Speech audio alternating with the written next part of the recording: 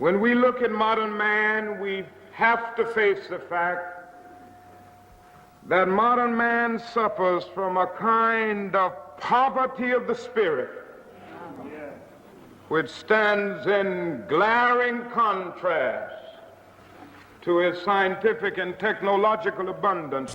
We've learned to fly the air like birds, we've learned to swim the seas like fish, and yet we haven't learned to walk the earth as brothers and sisters.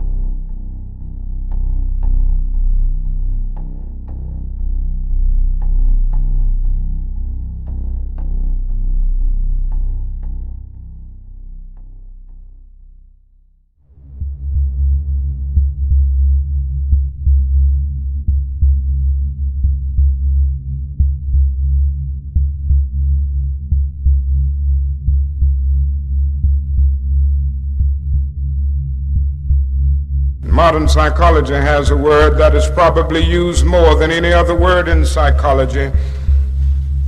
It is the word maladjusted. Maladjusted. Now, of course, we all want to live the well-adjusted life in order to avoid neurotic and schizophrenic personalities. But as I move toward my conclusion, I would like to say to you today, in a very honest manner, that there are some things in our society and some things in our world for which I'm proud to be maladjusted. And I call upon all men of goodwill to be maladjusted to these things until the good society is realized. I must honestly say to you that I never intend to adjust myself to racial segregation and discrimination. I never intend to adjust myself to religious bigotry. I never intend to adjust myself to economic conditions that will take necessities from the many to give luxuries to the few, and leave millions of God's children smothering in an airtight cage of poverty in the midst of an affluent society, in the midst of an affluent society.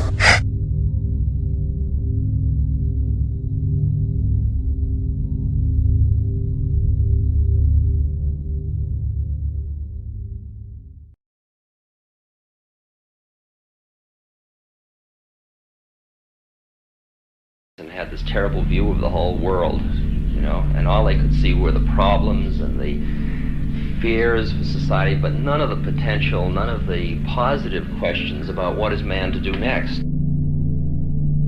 What is man to do next?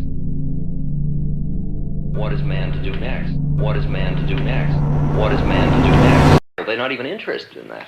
They are so committed to the fact that this society is the way it is, and that's all you can expect.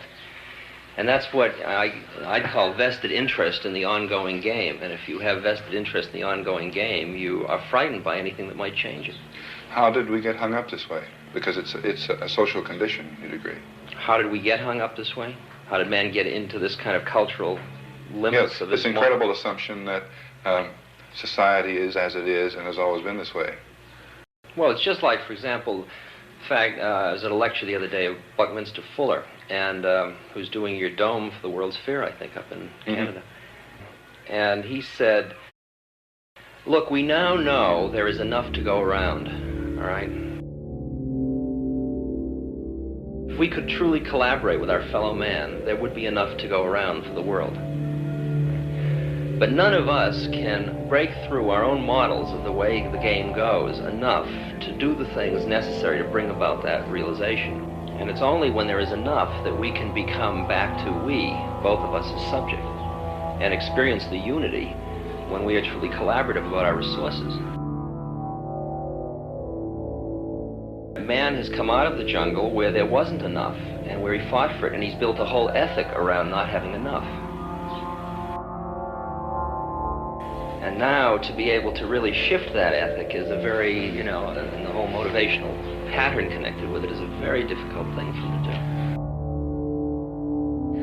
What's this do to the free enterprise market system?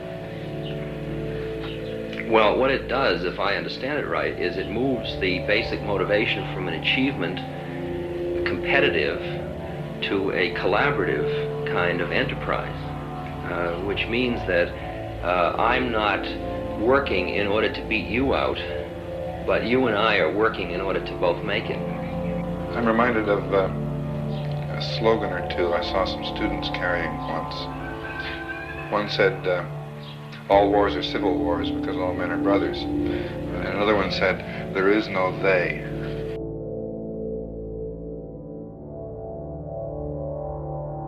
Right, exactly.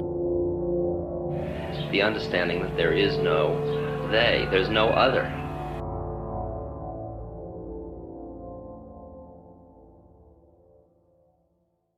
This is the real news of our century. It is highly feasible to take care of all of humanity at a higher standard of living than anybody has ever experienced or dreamt of, to do so without having anybody profit at the expense of another, so everybody can enjoy the whole earth, and can all be done by 1985.